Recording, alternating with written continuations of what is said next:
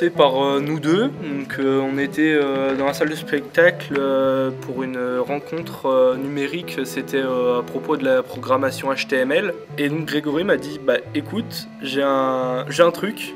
J'ai un spot avec des arcades pas très chères. Donc si tu veux, on fait ça et ensuite en contrepartie, on fait ce que tu veux. Moi j'ai dit ok.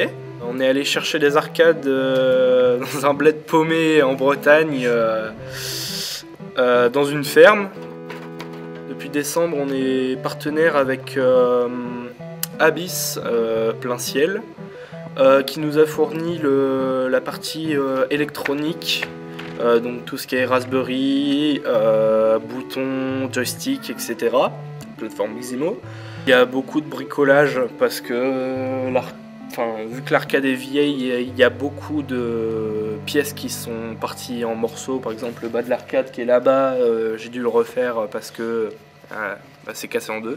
L'objectif final, c'est de mettre les arcades au profit du public ici et à la médiathèque Jean Renoir, et aussi Place aux Jeunes, Turbulence Numérique et la Fête du Jeu.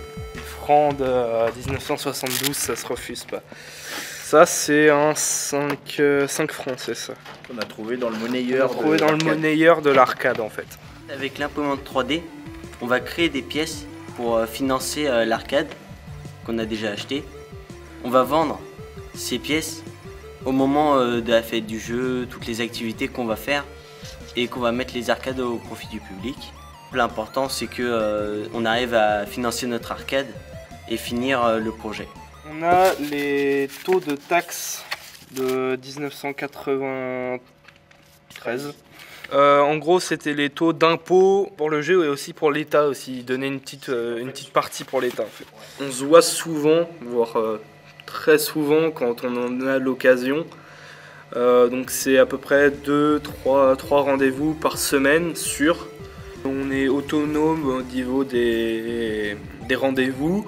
Donc des fois on a Grégory qui vient nous aider, mais quand il a le temps.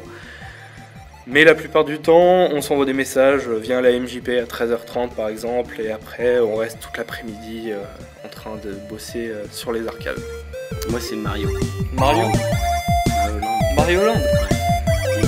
Moi je dirais toute la série Mortal Kombat 1, 2, mais pas le 3.